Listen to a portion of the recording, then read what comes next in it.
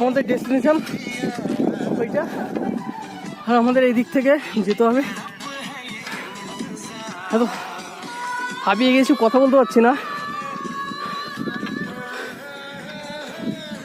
এই যে আমরা চলে এসেছি আমাদের প্রায়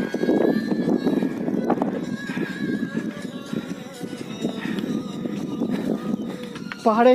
আমরা তো মনে করি পাহাড়ে উঠতে খুব সোজা, কিন্তু প্র্যাকটিক্যালে তা সবটাই উল্টো।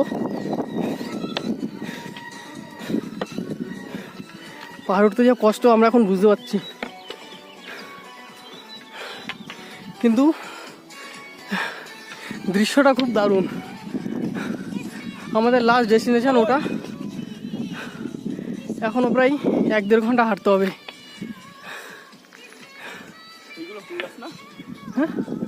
হ্যাঁ,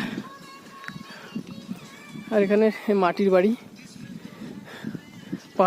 পাহাড়ি এলাকার একটা সৌন্দর্য। এখানকার মানুষ এখন কেউ বাড়ি নেই, হয়তো মন্দিরে কোনো দোকান টোকান দিয়েছে, ওখানে গিয়েছে হয়তো। আর আমাদের সব লোক এখনও রয়েছে ওইখানে।